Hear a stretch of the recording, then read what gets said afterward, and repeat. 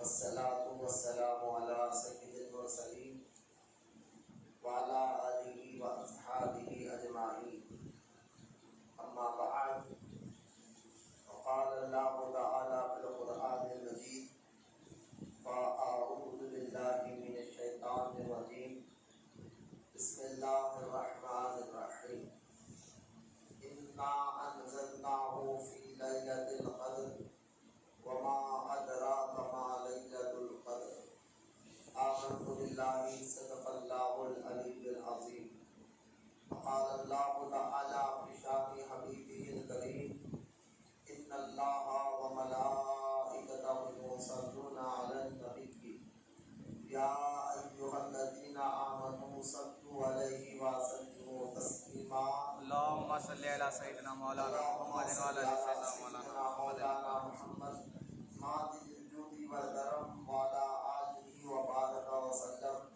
صلاة وسلام عليك يا سيدي يا حبيبي يا رسول الله صلی اللہ تعالی علیہ وآلہ وصحبہ وسلم.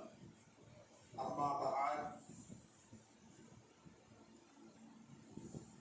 ہر تعریف اور بڑائی صرف اللہ تعالی کے لیے ہے، جو سارے جہان کا مالک ہے، مختار ہے، اور جو سارے جہان کا پالنہار ہے.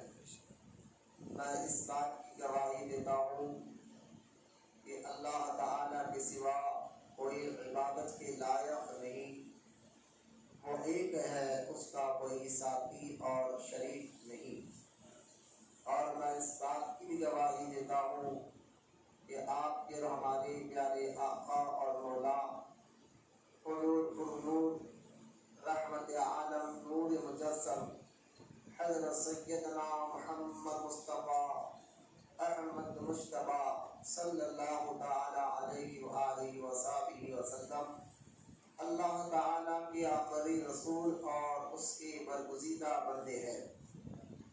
اللہ تعالیٰ حضور اکرم نور مجسم رحمت عالم صلی اللہ تعالی علیہ وسلم پر، اہل بیت، صحابہ کرام، تابعین اور تبی تابعین، اولیاء امت پر قیامت تک بکثرت رحمتی اور برکتی نازل فرماتا رہے. سب مل کر محبت کے ساتھ ایک بار درود پڑھ لیجیے. اللهم صل على سيدنا مولانا محمد وعلى آل سيدنا مولانا محمد وبارك وسلم. صلاة وسلام عليك يا رسول الله صلى الله تعالى عليك وسلم. معزز سامعین، السلام علیکم ورحمۃ اللہ وبرکاتہ. وعلیکم السلام ورحمۃ اللہ وبرکاتہ. بڑی تیزی کے ساتھ رمضان مبارک کا یہ مہینہ گزر رہا ہے اور بالکل آخری جمعہ اس مہینے کا، اس کو ہم الوداع جمعہ کہتے ہیں، وہ آ گیا. کیونکہ آج یہ جمعہ الوداع جمعہ بھی ہے. پھر ہم سب جانتے ہیں کہ یہ لاک ڈاؤن کی وجہ سے کیا حالات رہے ہمارے. اللہ تعالیٰ ان حالات کو جلد سے جلد حضور کے صدقے میں صحیح فرما دے. آمین. اور ساری دنیا سے اس بیماری کو جلد سے جلد حضور علیہ السلام کے صدقے میں ختم فرما. آمین. کیونکہ آج کی رات 29ویں شب بھی ہے، تاخرات بھی ہے، اور انشاءاللہ تعالی آج ہم اس الوداع جمعہ کا کچھ پیغام بھی سنیں گے اور شب قدر کے متعلق چند باتیں رکھ کر انشاءاللہ ہم نماز جمعہ، کیونکہ قانون کی جانب سے زیادہ لوگ آنے کی اجازت نہیں ہے، تو ہم جتنے بیٹھے انشاءاللہ جلد سے جلد جمعہ ادا کر لیں گے. آئیے سب سے پہلے درود پڑھنے کی فضیلت کو سنتے چلے. حضور اکرم نور مجسم رحمت عالم صلی اللہ تعالی علیہ وسلم نے ارشاد فرمایا: جس نے مجھ پر درود پڑھنا بھول گیا وہ جنت کا راستہ بھول گیا. تو درود ایک ایسا وظیفہ ہے جو پڑھتے رہتا ہے، اللہ تعالیٰ اس کو جنت میں داخل فرماتا ہے. اور درود پڑھنے سے اللہ اور اس کے رسول علیہ السلام کا قرب بھی حاصل ہوتا ہے. درود پڑھنے سے اللہ تعالیٰ مشکلوں مصیبتوں کو بھی ٹالتا ہے. بے شمار واقعات احادیث مبارکہ میں موجود ہے. روایت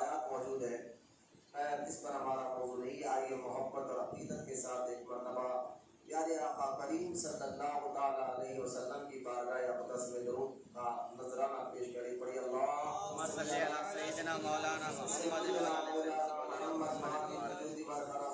وعلى آلہ وبارک وسلم صلاۃ و سلام علیک یا رسول اللہ صلی اللہ تعالی علیہ وسلم. رمضان مبارک اگر عقلی طور پر یعنی تھوڑا عقل لگائے تو رمضان شریف ہمیں ٹریننگ دینے کے لیے بھی آیا ہے. رمضان شریف کی تو بے شمار برکات احادیث پاک میں قرآن کی آیتوں میں موجود ہے. اس میں نیکی کا ثواب بڑھا دیا جاتا ہے. ہر چیز یہ تو آپ سنتے رہتے ہیں، لیکن میں آج آپ کو ایک فکر پیدا کرنے کے لیے میں آدمی کے اندر جب فکر پیدا ہوتی ہے یہ فکر ہی اس کی عادت کو بدلتی ہے.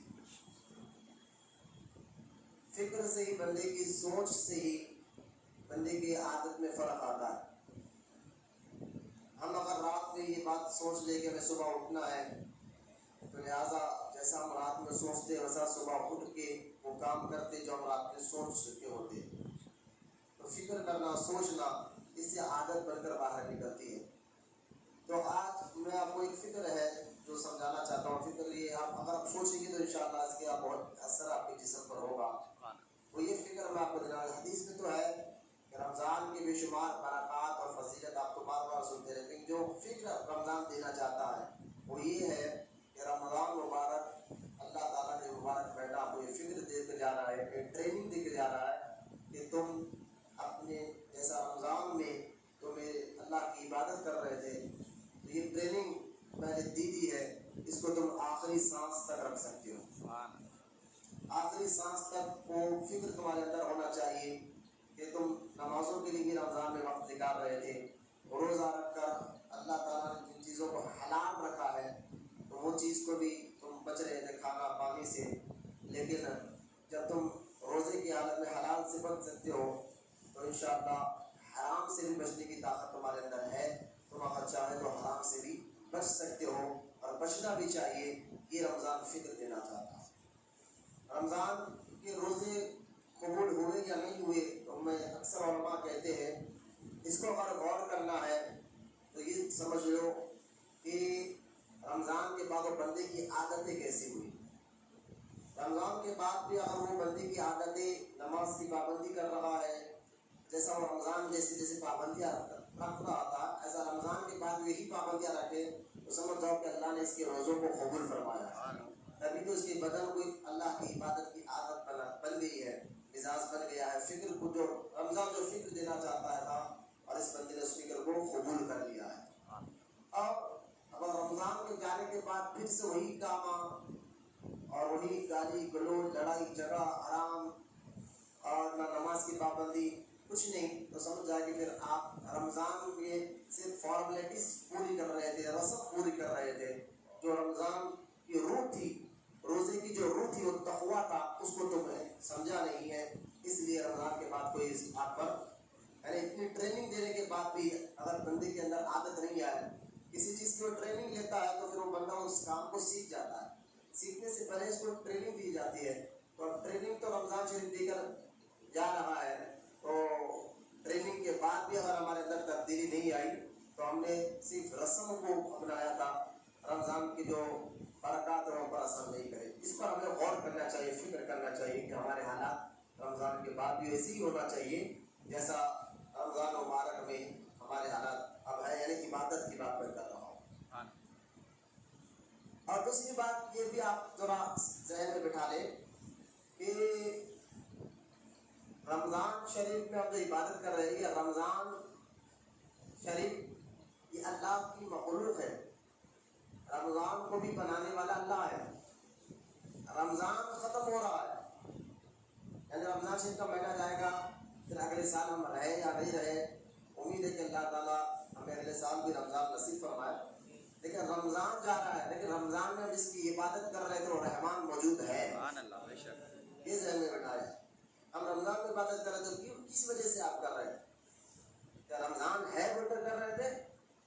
رمضان تو ہے لیکن خاص طور رمضان میں ہم رحمان کی عبادت کر رہے تھے. رمضان جانے کے بعد کیا ہو گیا؟ رمضان نہیں. ہم نے کہا رمضان تو نہیں ہے لیکن رحمان تو ہے نا جس کی آپ عبادت کر رہے تھے. رمضان؟ وہ تو ہر وقت موجود ہے. تو اس فکر کو کیوں آپ ایکسپٹ نہیں کر رہے ہیں, اس کو ذہن میں کیوں نہیں بٹھا رہے ہیں؟ وہی بات ہے کہ فارمیلٹیز کو ہم نے پورا کیا ہے. روزے کی فارمیلٹیز یہ سمجھے ہے کہ دیکھیں سحری سے لے کر افطار تک ہم بھوکے رہنا. آپ مجھے ایک بات یہ بھی بتائیں, اپنے آپ میں غور کر لیجیے, سارے سوالات آج ہم اپنی زمین سے خود سے پوچھیں گے کہ بھوکا اور پیاسا رکھ کر اللہ کو کچھ فائدہ ہوگا کیا؟ اللہ تو ہر چیز سے پاک ہے, اللہ بے نیاز ہے, اللہ الصمد, اللہ بے نیاز ہے. یہ بھوکا اور پیاسا رکھ کر یہ اللہ کو جو اللہ نے جو حکم دیا ہے ہمیں کہ رمضان میں روزے کی علامت دی ہے بھوکا اور پیاسا تو میں رہنا ہے, تو یہ فکر پیدا کرنے کے لیے, سوچ پیدا کرنے کے لیے کہ اصل میں روزے کی روح جو ہے وہ تقویٰ ہے. کہ بندہ جب بھوکا ہوتا ہے تو اس کا دل گناہ کرنے کو نہیں چاہتا, وہ نیکیاں کرتا ہے, وہ اچھے کام کرتا ہے, وہ اچھے کام کی طرف راغب ہوتا ہے. تو لہٰذا اس ساری باتوں کو ہمیں ایکسپٹ کرنا ہوگا, تب ہمیں سمجھ میں آئے گا کہ رمضان کا اثر ہمارے جسموں پر ہوا ہے کہ رمضان کے بعد بھی ہم عبادت کے عادی بنے, بلکہ آخری سانس تک بنے, اور یہ فکر کریں کہ رمضان میں ہم نے جو عبادتوں کو بڑھایا ہے رمضان کی وجہ سے نہیں, وہ رحمان کی وجہ سے بڑھایا ہے. تو رمضان تو جانے والا ہے, قیام ہے, لیکن رحمان ہے. ہم اسی کی عبادت جیسا رمضان میں ہم نے کی ہے آخری سانس تک کرنے کی عادت دے بنایا. اللہ نے ایسا کرنے کی توفیق بھی عطا فرمائے. بلکہ حدیث پاک میں آیا ہے, اللہ کے رسول علیہ الصلوۃ والسلام نے ارشاد فرمایا کہ رمضان مبارک کا جب آخری رات آتی ہے, یعنی بالکل اب ختم ہونے والا رمضان, تو جب یہ آخری رات آتی ہے تو سرکار مدینہ علیہ الصلوۃ والسلام نے ارشاد فرمایا کہ رمضان کے آخری راتوں میں میری امت کی مصیبت کو یاد کر کر زمین بھی روتی ہے, آسمان بھی روتا ہے, اور فرشتے بھی روتے ہیں.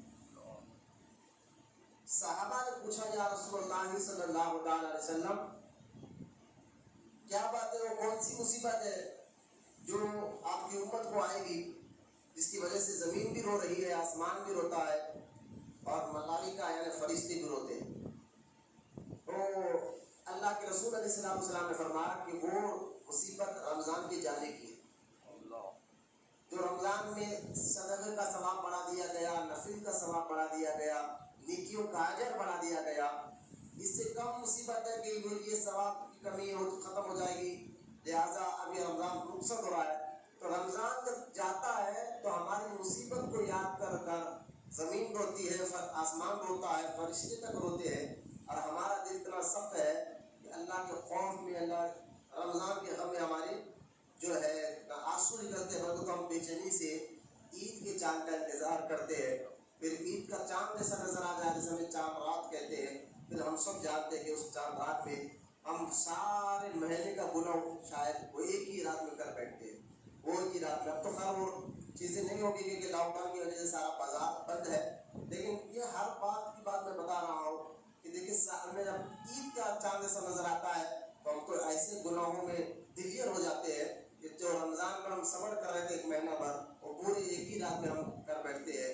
بد نگاہی سے لے کر نہ جانے کیا کیا گناہ ہم کرتے ہیں. تو لہٰذا آپ کو تو چاہیے تھا کہ جیسے رمضان کی آخری رات آئے تو رمضان کے جانے پر آنسو بہائے, غم کرے کہ اللہ یہ مبارک مہینہ جا رہا ہے, ہمیں پھر اگلے سال یہ مہینہ نصیب فرما. پتہ نہیں ہم اگلے سال تک رہیں گے یا نہیں رہیں گے, لیکن تجھ سے امید ہے مولا, یہ کہہ کر غم کے آنسو بہائے کہ رمضان گزر رہا ہے. اب جب غم کے آنسو بہائیں گے رمضان کے جانے پر, دکھ یعنی تکلیف کو اپنے دل پر اگر آپ محسوس کریں گے تو اس کا فائدہ کیا ہوگا؟ آئیے اور حدیث سے بات سنیں. اللہ کے رسول علیہ الصلوۃ والسلام نے ارشاد فرمایا, جو رمضان کے آنے پر خوش ہوتا ہے اور جو رمضان مبارک کے جانے پر غمگین ہوتا ہے تو اللہ تعالیٰ اس کو بخش دیتا ہے, اللہ تعالیٰ اس کی مغفرت فرما دیتا ہے, اس کے گناہوں کو معاف فرما دیتا ہے. تو لہٰذا رمضان شریف کے آخری گھڑیاں ہے, بلکہ آج کی رات آخر رات بھی ہے, جو شب قدر کو تلاش کرنے کے لیے آج کی رات بھی ہے. تو یہ آخری ہے جو چاند جیسا دکھاتا ہے عید کا, تو چاند رات کو خیر تو کوئی نہیں ہوگا کیونکہ بازار تو بند ہے, لیکن عموماً یہ دیکھا جاتا ہے کہ چاند رات کو تو انعام کی رات ہوتی ہے. حدیث پاک میں آیا ہے کہ جو چاند رات یعنی جو عید کی جو چاند رات ہوتی ہے, اس رات کو اللہ کی عبادت میں جو بندہ گزارتا ہے تو قیامت کے دن جب سب کے دل مردہ ہو گئے ہوگے, لیکن اس کے دل کو اللہ زندہ رکھے گا جو عید کی رات یعنی چاند رات کو اللہ کی عبادت میں گزارتا ہے. تو بے شمار برکات اور فضائل ہے رمضان کے جانے کی. ہمارا دکھ ہے لیکن رمضان کے جو یہ حالات ہمارے ہیں جو ہم برابر تراویح نہیں پڑھ سکے اور برابر جو ہے مسجدوں میں آ نہ سکے، یہ حال ہمارا ہوا ہے۔ خیر رمضان شریف کو بڑی عید مبارک کو سادگی سے منائیے اور جو ہے عید کے دن زیادہ سے زیادہ عبادت کی طرف راغب ہوئیے۔ اب عید کی نماز کا ایک مسئلے کو لے کر بہت زیادہ رہما گہمی ہو رہی ہے کہ عید کی نماز کا کیا کرنا ہے۔ تو دیکھیے عید کی نماز کے بارے میں بھی چند ضروری باتیں جو آپ کو یاد کرنا اور سمجھنا ضروری ہے وہ بھی میں آپ کو بتا دیتا ہوں کہ عید اور جمعہ کی نماز کے لیے دیکھیں نمازوں کے لیے کچھ شرطیں ہوتی ہیں، نماز کے کچھ شرائط بھی ہوتے ہیں۔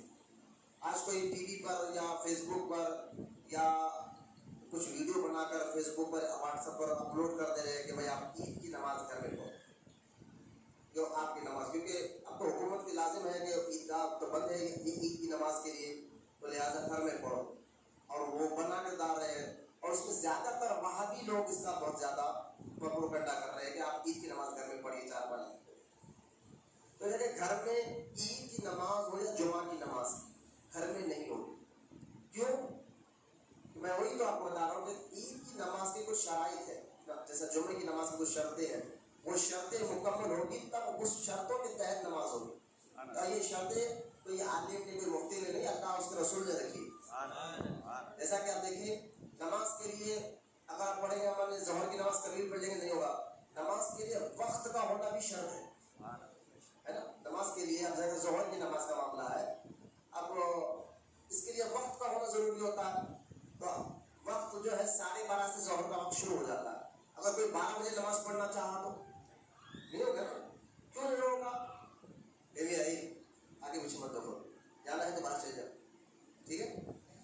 تو عید کی نماز کا جو مسئلہ ہے وہ لیکن نماز کے لیے شرط ہوتا ہے وقت کا ہونا، اور وقت سے پہلے اگر کوئی نماز پڑھ لے تو نماز نہیں ہوگی۔ نمازی تو پڑھا غلط کیا کر رہا ہے، لیکن وقت اللہ تعالیٰ نے پالا ہے۔ قرآن میں اللہ پاک فرماتا ہے ہم نے نمازوں کو وقت کے طرح رکھا ہے، تو وقت کا ہونا ضروری ہوتا ہے۔ اسی طرح عید کی اور جمعے کی شرطوں میں ایک شرط ہے اذن عام ہونا، یعنی کسی چیز کی رکاوٹ نہیں ہونا حکومت کی جانب سے اور کسی چیز کی طرف سے، یعنی اس لیے گھر میں نہیں ہوتی عید کی نماز یا جمعے کی نماز، آپ اپنے گھر میں سب کو تو آنے نہیں دے سکتے، تو عید کی نماز یا جمعے کی نماز اذن عام ہونا چاہیے، یعنی آپ کا دروازہ کھلا ہونا، جو آئے سب آ کر نماز پڑھو۔ اس لیے گھر میں نماز نہیں ہوتی تو ہم اپنے گھر میں سب کو آنے نہیں دے سکتے، اور اذن عام نہیں، یعنی کھلے عام ہم یہ نہیں کہہ سکتے کہ آ جاؤ جس کا دل چاہے نماز پڑھو، یہ ہم نہیں کر سکتے۔ اس لیے عید کی نماز گھر میں نہیں ہوتی ہے۔ ہاں یہ بات ہے کہ کیونکہ اذن عام نہیں ہے، حکومت کی طرف سے لاگو ہے کہ بھائی آپ عیدگاہ نہ جائے نماز نہیں ہوگی، تو اب ہوگا کیا کریں عید کی نماز کا؟ تو اس کے لیے 2 چیزیں، ایک تو یہ کہ جو جیسا ہم جمعہ پڑھ رہے ہیں محلے کے بجے 4-5 آدمی، اس طرح 4-5 آدمی جو ہے عید کی نماز پڑھ لیں گے امام کے ساتھ تو ہو جائے گا، کیونکہ زیادہ آدمی اجازت نہیں ہے قانون کی طرف سے 5-6 آدمی سے زیادہ مسجد میں نہ آئے۔ یہ دوسرا یہ کہ اب جو لوگ عید کی نماز نہیں پڑھ سکتے، بلا وجہ جانا نہیں ہے نا، عید پہ بند ہے اور مسجد میں جو 4-5 آدمی دیں گے تو کمیٹی کے لوگ ہی پڑھ لیں گے، تو ہم تو جا نہیں سکتے عام آدمی، تو کیا کریں؟ تو عید کی نماز کے بدلے ہمیں جو ہے چاشت کی نماز پڑھنا ہے، نفل نماز، اشراق اور چاشت اور 2 شکرانے کے، اس کا وقت ہو رہا ہے آج جو ابھی جو 2020 جو چل رہا ہے، یہ جو اب دور چل رہا ہے، ابھی جو مئی کا مہینہ چل رہا ہے، اس حساب سے 6:30 سے دن میں 6:30 سے 10:30 پونے 11 تک اشراق اور چاشت کا ٹائم رہتا ہے۔ تو آپ کیا فجر کے بعد 6:30 تک آپ ذکر میں بیٹھ جائیے، پھر 6:30 کو 2 رکعت، اب چاشت کی نماز زیادہ سے زیادہ 12 رکعت بھی آپ پڑھ سکتے ہیں، اور کم سے کم 2 رکعت یا 4 رکعت بھی چاشت کی نماز پڑھ سکتے ہیں گھر میں، تو آپ 4 رکعت چاشت 2 کر اگر 4 نہیں تو 2 رکعت چاشت کی نفل نماز واسطے اللہ کے وقت آپ 2 رکعت چاشت پڑھ لیں، پھر 2 رکعت اشراق پڑھ لیں، 2 رکعت شکرانے کی نماز پڑھ لیں، تینوں نفل نمازیں پڑھ کر دعا کر لیں، کیونکہ عید کی نماز اگر کیونکہ اذن عام نہیں ہے تو آپ پر ضروری بھی نہیں ہے۔ تو یہ کہنا کہ عید کی نماز گھروں میں ہو جاتی ہے، آپ 4-5 آدمی گھروں میں پڑھو، یہ سارا جو ہے نا فیس بک کے مفتی آپ بہت ہو گئے آج کل۔ پہلے دیکھیے آپ دیکھیے خواجہ غریب نواز کے بارے میں کبھی پڑھے، آپ خواجہ بندہ نواز کے بارے میں، ان کی زندگی کے بارے میں آپ پڑھے، اور سیاست کی زندگی کے بارے میں پڑھے، یہ لوگ بھی عالم مفتی ہے لیکن بنے کیسا ہے، تو ماں پیٹ ولی ہے غوث اعظم تو، لیکن دیکھیے غوث اعظم کئی سال مدرسے میں جا کر پڑھے، غریب نواز کئی سال مدرسوں میں جا کر پڑھے. تو پہلے عالم مفتی جو ہے مدرسوں میں پڑھنے کے بعد باہر آتے تھے. آج کل وہ فیس بک واٹس ایپ کے مفتی ابوت ہو گئے, فتوے دینے لگ گئے. تو یہ الٹا دور عجیب چل رہا ہے کہ علماء کی عزت نہیں رہی, علماء کی باتوں کی قدر نہیں رہی. اس لیے حدیث میں سرکار نے فرمایا جن کو اللہ نے عزت دی تم ان کو عزت دیا کرو, ان کو عزت دیا کرو. حدیث میں سرکار نے فرمایا جن کو اللہ نے عزت دی ہو تم ان کو عزت دو گے تو اللہ تمہاری عزت کو بلند کرے گا, اور جن کو اللہ نے عزت نہیں دے گا تم ان کی عزت کرو گے تو پھر اللہ تمہیں ذلیل کر دے گا, رسوا کر دے گا. تو یہی حال ہمارا ہو گیا. اللہ نے عزت مسجد کے اماموں کو دی ہے, اللہ نے عزت علماء کو دی ہے, مفتیان کرام کو دی ہے, جو عاشق رسول ہو, صحیح سنی, صحیح العقیدہ سنی عاشق ہو, ان کو اللہ نے عزت دی ہے, ان کی آپ عزت کرو. لیکن آج ہم روڈی اور پہلوانوں کی عزت کر رہے ہیں, اس لیے ہم دیکھیں اللہ یا ملیہ کے سامنے ہاتھ بن کر کھڑنا پڑ رہا ہے. اس طرح کا ہمارا حالت بن رہا ہے. خیر یہ سارے عقل مند کو اشارے کافی ہے. میں عید کی بات بہرحال میرا آج علیحدہ جمعہ کے متعلق چند باتیں بتانا تھا, میں نے بتا دیا. عید کی نماز کے متعلق جو کنفیوژن جو گھوم رہا تھا لوگوں کے ذہنوں میں, اس پر بھی میں نے چند باتیں جو ضروری سمجھا تھا میں نے آپ کے سامنے رکھ دیا.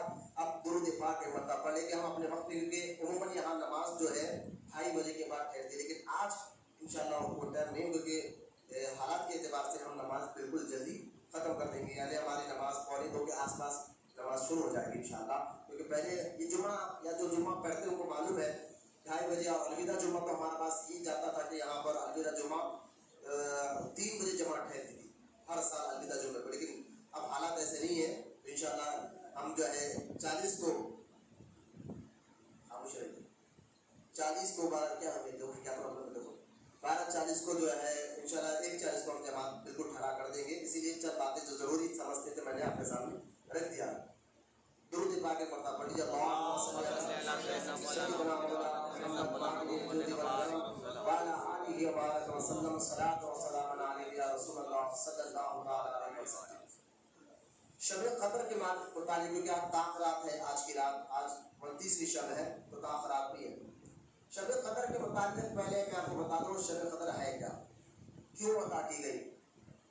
شب قدر ہے کیا اور کیوں عطا کی گئی, اس پر بہت سے روایات ہے.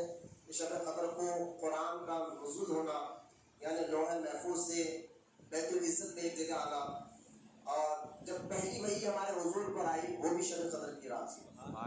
جو پہلی وحی غار حرا میں حضور پر اتری ہے, اقرا پڑھی ہے, تو وہ بھی شب قدر کی رات تھی. تو شب قدر قرآن کے نزول ہونے کی رات ہے, ایک تو یہ. اور اس کا ثواب کیا ہے, جس کو شب قدر مل جاتی ہے اس کو اللہ تعالیٰ جو ہے 1000 مہینوں سے زیادہ ثواب عطا کرتا ہے. یہ کیوں, اس پر بھی میں آپ کو بتاتا ہوں. دیکھیے صحابہ کرام کون, جنہوں نے نبی کو دیکھا اور ایمان لایا اور ایمان پر ان کا خاتمہ ہوا, وہ صحابی ہوا. تو جس طرح آپ دیکھیں توحید کی دلیل, یعنی اللہ ہے, ایک ہے, توحید اس کا ثبوت کیا ہے. جس طرح اللہ کی توحید کی دلیل ہمارے نبی ہے محمد رسول اللہ صلی اللہ علیہ وسلم. حضور نے بھی کہا کہ اللہ ہے اور ایک ہے, اور اللہ نے بھی کہا کہ اگر میری توحید کو سمجھنا ہے تو میرے مصطفیٰ کو سمجھو, میرے محبوب کو سمجھو. یہ تو ہمارے نبی اللہ کے توحید کی دلیل ہے, یعنی سمجھتے آپ ثبوت, پروف. ہمارے نبی جس کا کلمہ پڑھا آقا کریم علیہ السلام, ہمارے نبی اللہ کی توحید کی دلیل ہے. اور اسی طرح ہمارے نبی کی دلیل جو ہے وہ صحابہ کرام. سبحان اللہ. صحابہ کرام سے پتہ چلے گا کہ نبی کیسے, اور صحابہ کی دلیل تابعین ہے. جنہوں نے صحابی کو دیکھا وہ تابعی ہوتا ہے, اور تابعی کی دلیل تبع تابعین ہے. اور جو تبع تابعین ہے, جنہوں نے تابعی کو دیکھا وہ تبع تابعین ہو جاتا ہے. اور تبع تابعین کی دلیل یہ اولیاء اکرام ہے, علماء اکرام ہے. تو اب جس کے دل میں اولیاء کی محبت ہوگی تو سمجھ جاؤ اس کے دل میں تبع تابعین کی بھی محبت ہے, اور جس کے دل میں تبع تابعین کی محبت ہے سمجھ جاؤ اس کے دل میں تابعی کی بھی محبت ہے, اور جس کے دل میں تابعی کی محبت ہے تو سمجھ جاؤ اس کے دل میں صحابی کی بھی محبت ہے, اور جس کے دل میں صحابہ کی محبت ہے سمجھ جاؤ اس کے دل میں حضور کی محبت ہے, اور جس کے دل میں حضور کی محبت ہے تو سمجھ جاؤ اس کے دل میں اللہ سے بھی محبت ہے. یہ ترتیب میں آپ کو بتانا چاہ رہا تھا, اس کو ذرا ذہن میں بٹھائیں. ایک بات, اور میں نے یہ کیوں کی کیونکہ صحابہ کرام حضور کے وہ شاگرد ہیں، انہی کے ذریعے اسلام آگے پہنچا ہے، دین ہم تک پہنچا ہے. جو باتیں تو صحابہ کرام کے جو ہے عادت تھی صحابہ کرام کی، وہ یہ کہ صحابہ کرام نیکی میں، یعنی یوں سمجھیے آپ، صحابہ کرام میں بہت سے صحابی غریب بھی تھے، مالدار بھی تھے. تو جو صحابہ مالدار دولت مند تھے تو ان کو دیکھ کر غریب صحابی کبھی چڑھتے نہیں تھے. یہ بات یاد رکھیں، کیونکہ یہ حرام ہے کسی کی دولت کو دیکھ کر چڑھنا اور یہ کہنا کہ اللہ اس کی ساری دولت ختم ہو جائے میرے پاس آ جائے، یہ حرام ہے، ناجائز ہے. تو صحابہ کرام دولت کو دیکھ کر ان کے دلوں میں کبھی، کیونکہ ان کی تربیت ہمارے نبی نے کی ہے، ان کا دل صاف ستھرا پاک ہے، تو دولت کو دیکھ کر کبھی حریص نہیں ہوتے تھے کہ ان کے پاس اتنی دولت ہے ہمارے پاس بھی، ایسا کبھی نہیں ہوتا. لیکن ہاں نیکی کے کام میں وہ آگے بڑھنا چاہتے ہیں. یعنی اگر کوئی صحابی 5 ٹائم کی نماز کے ساتھ تہجد بھی پڑھتا تو دوسرے صحابی کہتا میں بھی یہ کروں گا. کوئی نفل پڑھتا اور وہ دوسرے صحابی کہتا میں بھی یہ کام کروں گا. تو اس صحابہ اکرام نیکی میں دوسرے کو آگے سبقت لے جانا چاہتے تھے، آگے بڑھنا چاہتے تھے. تو اب دیکھیں ایک صحابہ جو مالدار صحابہ تھے جن کو اللہ نے دولت نوازی تھی، وہ صحابہ اکرام کیا کرتے تھے؟ نماز بھی پڑھتے تھے، عبادت بھی کرتے تھے جیسا کہ ہر صحابی کرتا تھا، لیکن ساتھ ہی ساتھ صدقہ اور خیرات بھی زیادہ کرتے تھے. غریبوں کا خیال، یتیموں کا خیال، بے سہاروں کا خیال، اپنی دولت سے غریبوں کا خیال بہت کرتے تھے صحابہ اکرام، جن کو اللہ نے صحابہ میں دولت عطا فرمائی، وہ مالدار صحابہ. تو جس کے جو غریب صحابہ تھے، ان غریب صحابہ نے جب یہ دیکھا کہ یہ دولت مند صحابہ تو یعنی نماز روزے کے ساتھ ساتھ بھی جو ہے غریبوں کی مدد کر کے صدقہ خیرات بھی کرتے ہیں، تو کاش ہمارے پاس بھی دولت ہوتی تو ہم بھی صدقہ کرتے، خیرات کرتے اور ہم بھی نیکیوں میں آگے جاتے. تو یہ صحابہ جو غریب صحابی تھے وہ حضور کی بارگاہ میں آئے اور آ کر کہا یا رسول اللہ صلی اللہ علیہ وسلم، دیکھو وہ صحابہ جن کو اللہ نے دولت دی ہے وہ تو نماز عبادت کے علاوہ صدقہ بھی کرتے ہیں، خیرات بھی کرتے ہیں، کاش ہمارے پاس بھی دولت ہوتی تو ہم بھی یہ کام کرتے اور نیکی میں آگے جاتے. تو اللہ کے رسول علیہ السلام نے فرمایا میں تمہیں ایک ایسا وظیفہ بتاتا ہوں، اگر وہ تم پڑھ لو گے نا، وہ تم پڑھ لو گے تو تمہیں بھی صدقہ خیرات کرنے کا اللہ ثواب عطا فرمائے. جو غریب ہے وہ ذرا غور سے اس حدیث کو سن لے. تو صحابہ نے پوچھا حضور کون سی تسبیح ہے، کون سا وظیفہ جس کے پڑھنے سے اللہ جو غریب صحابہ جو صدقہ خیرات دے نہیں سکتے ان کے پاس تو کچھ رہتا نہیں ہے. تو اللہ کے رسول علیہ السلام نے فرمایا کہ سنو، جو ہر نماز کے بعد 33 بار الحمدللہ، 33 بار جو ہے سبحان اللہ اور 34 بار اللہ اکبر پڑھ لیں. اتنا آسان ہے. سبحان اللہ 33 بار، الحمدللہ 33 بار اور اللہ اکبر 34 بار. یہ جو پڑھ لے گا تو اللہ تعالیٰ اس کو وہ امیروں کی طرح ثواب دے گا جو امیر غریبوں کا خیال کرتا. یہ حدیث سن کر جو مالدار صحابہ تھے انہوں نے بھی اس پہ عمل کرنا شروع کر دیا. تو پھر وہ غریب صحابہ حضور کی بارگاہ میں آئے اور آ کر کہا یا رسول اللہ، اب تو وہ جو امیر صحابہ تھے انہوں نے بھی اس پر عمل کرنا شروع کر دیا. تو اللہ کے رسول علیہ السلام نے فرمایا کہ یہ ھذا من فضل ربی، یہ میرے رب کا فضل ہے، جس کو چاہے اس کو عطا فرمائے. یہ غریب امیر کے لیے نہیں، یہ سب کے لیے کہنے کا مطلب یہ ہے. تو اس حدیث سے کیا معلوم ہوا کہ صحابہ اکرام نیکی کے کام میں آگے بڑھنا چاہتے تھے، اچھے کام میں آگے بڑھنا چاہتے تھے. تو صحابہ اکرام نے جب دیکھا کہ پہلے زمانے کے جو بنی اسرائیل جو ہے نا، اسرائیل یہ یعقوب علیہ السلام کا نام ہے، یاد رکھیں یعقوب علیہ السلام کا نام اسرائیل، اور اسرائیل یہ سریانی زبان ہے اور اسرائیل کا معنی ہوتا ہے عبداللہ. ٹھیک ہے، یہ بات ذہن میں رکھنا. تو عبداللہ اللہ کا بندہ، یہ سریانی زبان میں اسرائیل کہتے ہیں. تو بنی اسرائیل کی امت کا ذکر قرآن میں حدیث میں بہت آیا کہ ان کے لوگ کیا کرتے تھے، کیا نہیں کرتے تھے. تو بنی اسرائیل کی امت کا جو ذکر قرآن میں حدیث میں زیادہ آیا ہے. بہت سے لوگ جہاں ان کے گناہ، جیسے حدیث میں سرکار نے فرمایا کہ جو گناہ بنی اسرائیل کے لوگ کرتے تھے وہ گناہ میری امت بھی کرے گی، سرکار نے فرمایا. اور یہاں تک کہ حضور نے فرمایا کہ بنی اسرائیل میں اگر کسی نے اپنی ماں کے ساتھ زنا کیا ہوگا تو میری امت میں بھی ایسے لوگ ہوں گے جو ایسے گندے کام کریں گے. اور سرکار نے یہاں تک کہ فرمایا کہ بنی اسرائیل میں 72 فرقے ہو گئے تھے اور میری امت میں 73 فرقے ہو جائیں. وہ یوں سمجھے کہ سرکار نے مثال دے کر بتایا کہ جوتے کے برابر جوتا رکھ دو تو کیسا برابر ہو جاتے ہیں. تو بنی اسرائیل جو گناہ کری اور میری امت کے لوگ بھی وہ گناہ برابر کریں گے، اس کی برابری میں آئیں گے.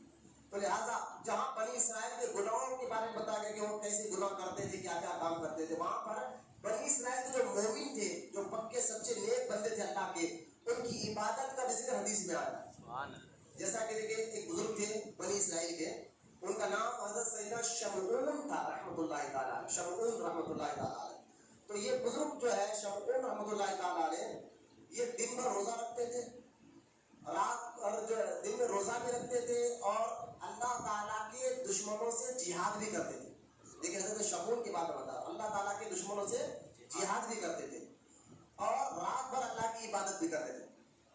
اب دیکھیے آپ دن میں روزہ رکھنا اور صرف روزے کی حالت میں اللہ کے دشمنوں سے لڑنا، جہاد بھی کرنا، اور دوسرا جو ہے رات بھر اللہ کی عبادت بھی کرنا، اس طرح ان کو 82 سال تک وہ یہ کام کرتے تھے.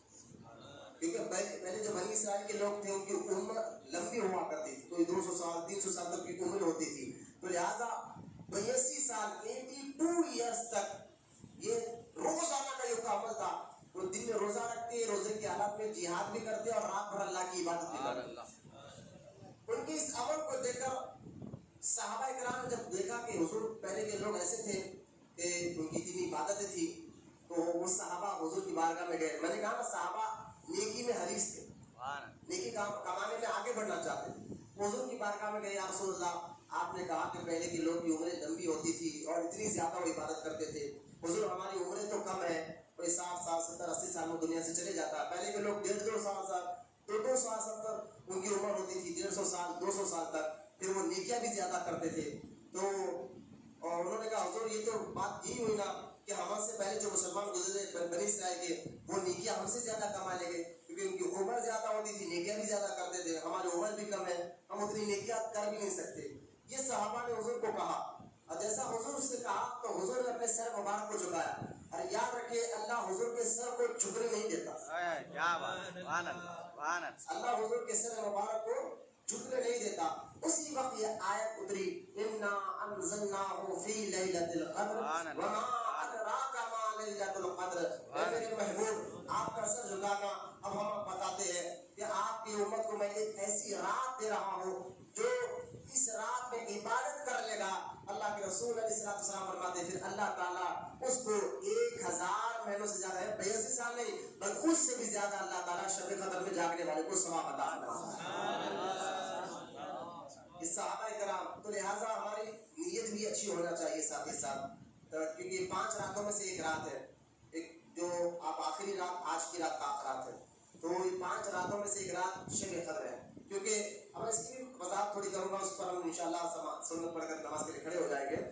لیکن کیا ایک اور بات دیکھیے کہ 5 تو 4 راتیں تو چلے گئے، اب یہ آج کی رات آخری رات ہے تاخرات، ٹھیک ہے. تو اب بندہ اس کو کیوں چھپایا گیا ہے یہ بھی میں انشاءاللہ بتاؤں گا. لیکن نیت آپ کی ہونا چاہیے اللہ پر کہ اللہ ہمیں اس کا ثواب دے. کیونکہ جو متقی ہے اعتکاف میں بیٹھے ہیں وہ تو یہ رات کا ثواب پا لیں گے، وہ مسجد میں بیٹھے گے اللہ کی عبادت کریں. لیکن جو گھروں میں ہے تو وہ کیا کرے، تو وہ اللہ پر امید یقین کرے، نیت دلوں کو صاف رکھے.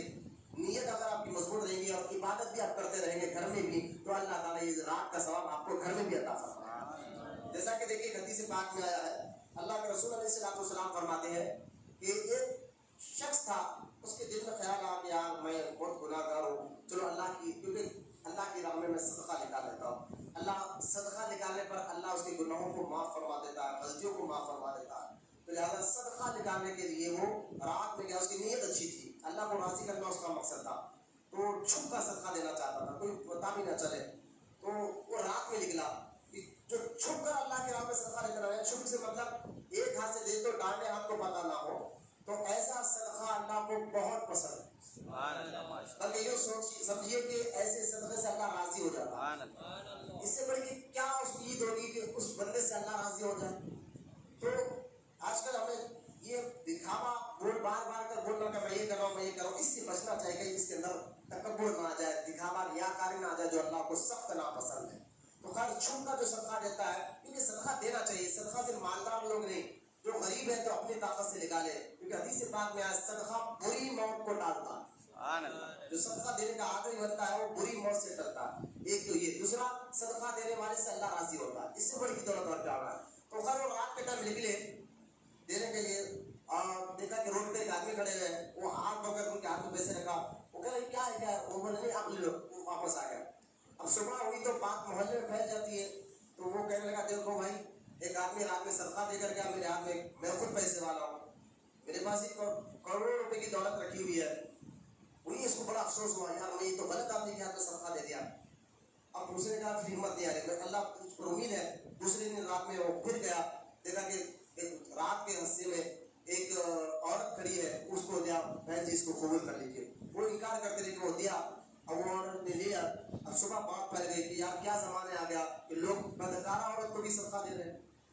وہ عورت جو ہے نا جسم فروش تھی، وہ بدکارہ عورت تھی، تو لوگ کہنے لگے، اب جو بڑا افسوس ہوا ارے یار یہ تو میں نے پھر سے غلطی کر دی ایک بار۔ تیسرے دن اس نے کیا کیا، پھر رات میں نکلا ایک آدمی تھا کھڑا ہوا، وہ گیا ان کے ہاتھ میں پیسے دیا، یہ بس خوش لے قبول کر لو۔ واپس آیا تو تیسرے دن صبح محلے میں بات پھیلی، معلوم ہوا کہ وہ تو چور تھا، چوری کرنے کے لیے آیا تھا۔ تو اب یہ بڑا افسوس تھا یار یہ تو تینوں دن کا معاملہ ہے، میرے ساتھ ایسا ہو گیا۔ لیکن اسی دن خواب آیا اس بندے کو اور اللہ کی طرف سے حکم ہوا کہ ہم نے تیرے صدقے کو قبول فرمایا، لیکن تیری نیت اللہ کو راضی کرنا۔ لیکن ہاں سن، جب تو نے پہلا صدقہ اس امیر آدمی کو دیا نا، اس کی وجہ سے اس کا حال یہ ہوا، وہ امیر آدمی صدقہ نکالتا نہیں تھا، کنجوس تھا وہ، لیکن جب تو نے اس کو صدقہ دیا نا اس کا دل نرم ہو گیا۔ یار ایک غریب آدمی اگر صدقہ ہے تو میرے پاس تو اتنی دولت ہے، تو وہ بھی صدقہ دینے والا بن گیا۔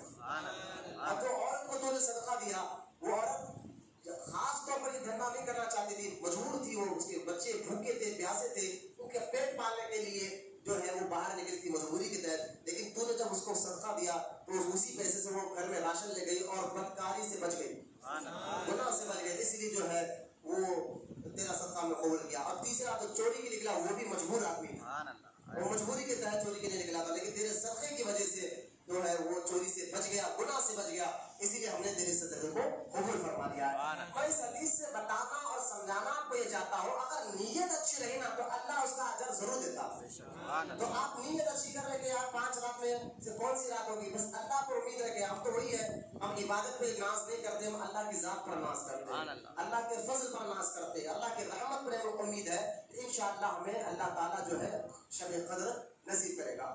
اب آ جائے شب قدر کو، یہ حدیث میں جاننا بہت ضروری ہے ایک مسلمان کے لیے، ایک کلمہ پڑھنے والے کے لیے، کیونکہ اس حدیث کو لے کر وہابی کہتے ہیں کہ دیکھو نبی تو معاذ اللہ نبی کو معلوم نہیں ہوتا، علم نہیں ہوتا۔ کیا مطلب؟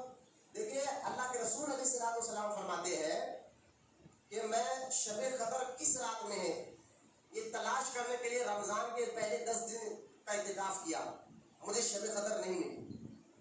پھر بیچ میں عشرہ کا 10 دن کا میں نے اعتکاف کیا، مجھے شب قدر نہیں ملی۔ پھر سرکار فرماتے میں نے آخری عشرہ، آخری رمضان کے 10 دن کا اعتکاف کیا تو مجھے شب قدر مل گئی۔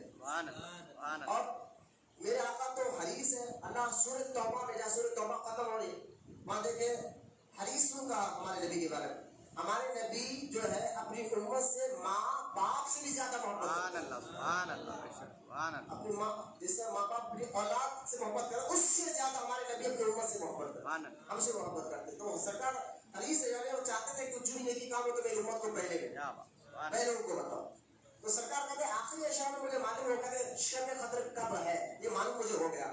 یہ بتانے کے لیے حضور اپنے حجرے سے باہر نکلے تو دیکھا کہ 2 صحابہ آپس میں کسی مسئلے پر علمی بات پر مباحثہ کر رہے ہیں، بات کر رہے ہیں۔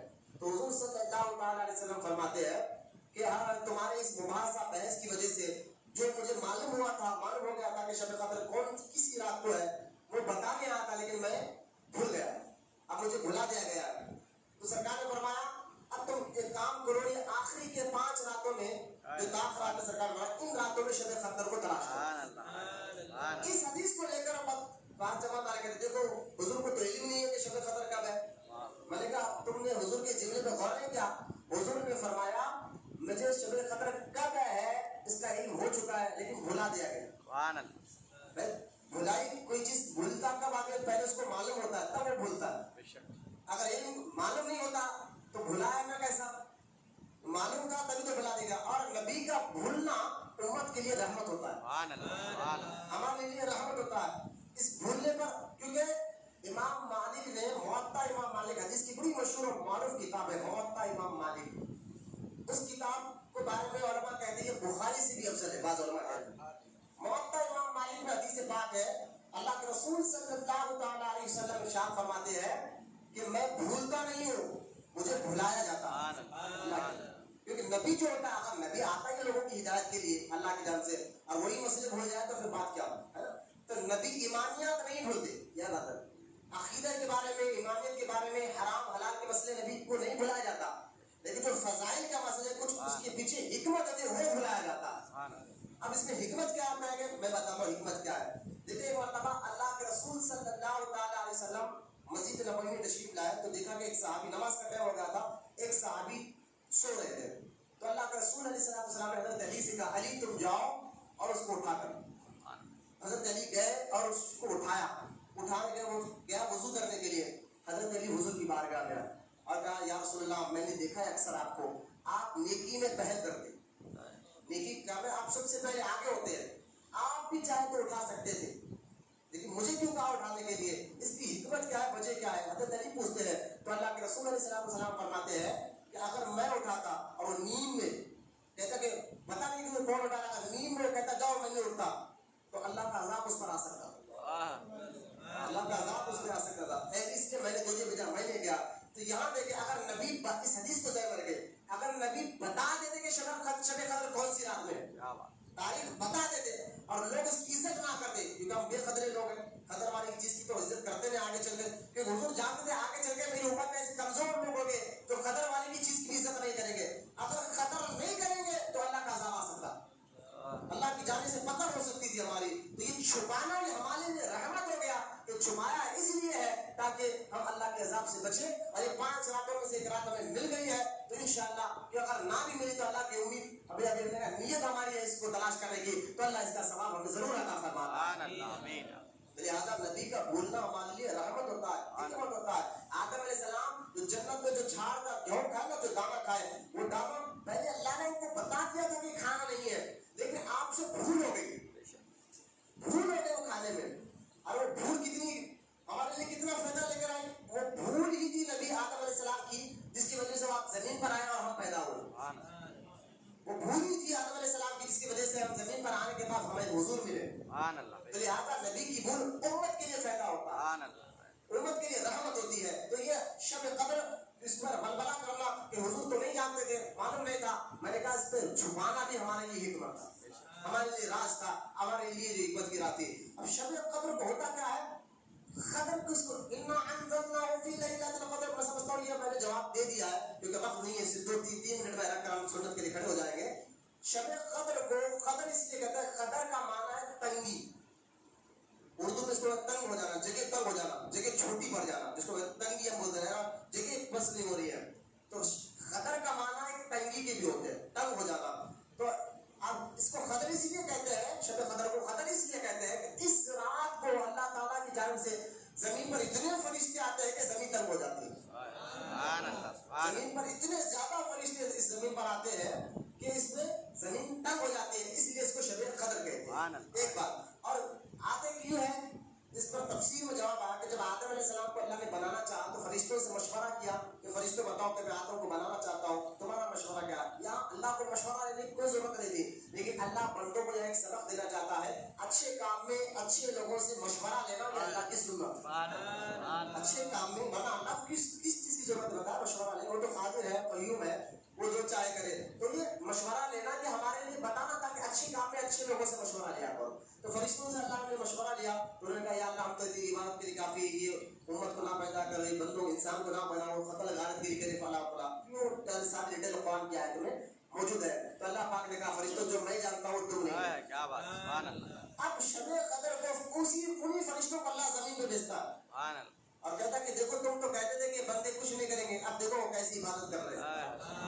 اور اللہ ناز کرتا ہے کہ دیکھو یہ میرے بندے جس کو تم کہتے تھے نہ بنا, لیکن اب دیکھو وہ کیا کر رہے ہیں. تو حدیث میں آئے گا وہ فرشتے شب قدر کو جو بندہ عبادت کرتا ہے پھر اس سے آدمی مسافہ کرتے ہیں. تو بزرگان کہتے ہیں مسافہ کریں, یہ آپ کو کیسے پتا چلے کہ فرشتے نے سے آپ کے ہاتھ سے مسافہ کیا, ہاتھ میں رہا. تو حدیث میں آیا ہے جس فرشتہ مسافہ کرتا ہے اس کے دل نرم ہو کر اس کی آنکھوں سے اس وقت آنسو جانا شروع ہو جاتے ہیں. تو سمجھ جاؤ کہ فرشتے نے اس سے ملاقات کی اور اور اسے ہاتھ ملایا ہے. تو اس رات کو فرشتے اتنے آتے ہیں کہ زمین تنگ ہو جاتی ہے. فرشتے عبادت کرنے والوں سے مصافحہ کرتے ہیں. اور یہاں تک کہ سرکار نے فرمایا کہ شب قدر کی رات کو جو دعا مانگو اللہ اس دعا کو ضرور قبول فرماتا ہے. عجیب حدیث سے وہ یہ بھی معلوم ہوا کہ جو لوگ کہتے ہیں کہ دن رات کچھ بھی نہیں ہے سب برابر ہے. میں نے کہا نہیں, ہر رات کے لیے یہ بات نہیں ہے, ہر رات کے لیے نہیں, شب قدر کے لیے بات ہے. تو بتا رات تو سب سیم ہے لیکن راتوں میں فرق ہے, درجے ہے. تو جو شب قدر کی رات ہے وہ ہر رات کو یہ مقام نہیں ہے. اسی طرح دیکھیں کچھ رات ہے جس رات کو بندہ دعا کرو تو اللہ قبول فرماتا ہے, جیسے شب بارات کی رات, شب قدر کی رات. کچھ راتیں ہیں جس رات کو دعا کرنے سے اللہ دعا قبول فرماتا ہے. کچھ وقت ہے ان وقتوں کو اللہ دعا کرو تو دعا قبول ہوتی ہے. جیسا کہ جمعہ کا وقت ہے, امام صاحب منبر میں کھڑتے ہیں خطبہ دینے کے لیے, جب بیٹھتے ہیں نا اس وقت جو دل میں جو دعا مانگو جاؤ اللہ اس کو ضرور قبول فرماتا ہے. ذہن میں رکھیں, دل سے دعا مانگ لینا چاہیے. امام صاحب پہلا خطبہ دے کر دوسری بار جب بیٹھتے ہیں نا, دوسری خطبہ دینے سے پہلے اس دوران دل سے دعا کرنا چاہیے اللہ کی بارگاہ میں. جو دل سے نکلتی ہے اللہ اس دعا کو ضرور قبول فرماتا ہے. کچھ وقت بھی ہے, آج کچھ جگہ ایسی ہے جن جگہوں پر جانے سے اللہ دعاؤں کو قبول فرماتا ہے.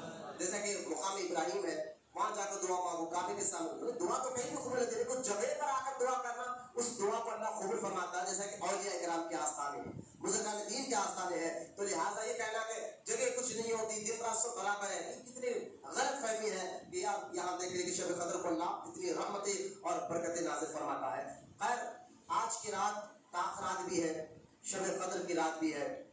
اور میں کہتا ہوں کہ کیونکہ یوں تو سارا رات کی کرفیو بھی چل رہی ہے, ہم تو یوں نہیں کر رہے. تو حدیث میں آیا اب جو مسجد میں بیٹھے ہو تو رات پالیں گے, ہم کیا کریں.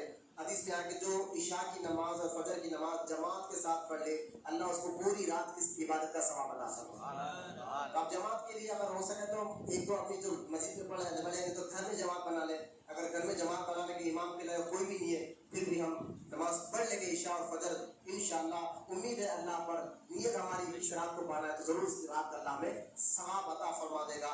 یہ مختصر سی باتیں تھی جو شب قدر کے فضائل کے متعلق, اور یہ کہ اللہ کے حضور کو بھلا دیا گیا تو بھولنے کے کتنے فائدے ہیں میں نے مختصر طور پر وہ بھی باتیں آپ کے سامنے رکھ دی ہے. اور اس رات کو دعائیں قبول ہوتی ہے. چند لوگ ہیں جن کو اللہ اس رات کو بخشش نہیں کرتا, ان میں ایک شرابی ہے جن کو اللہ معاف نہیں کرے گا اس رات میں, اور ایک ماں باپ کا نافرمان ہے, اور جیسے ایک کاہن ہے جو تقدیر پر بھروسہ کر نہیں کرتا بلکہ کاہنوں یعنی ہاتھ بتاتا ہے بتائیے میرا فال کھولیے, یہ حرام ہے اسلام میں.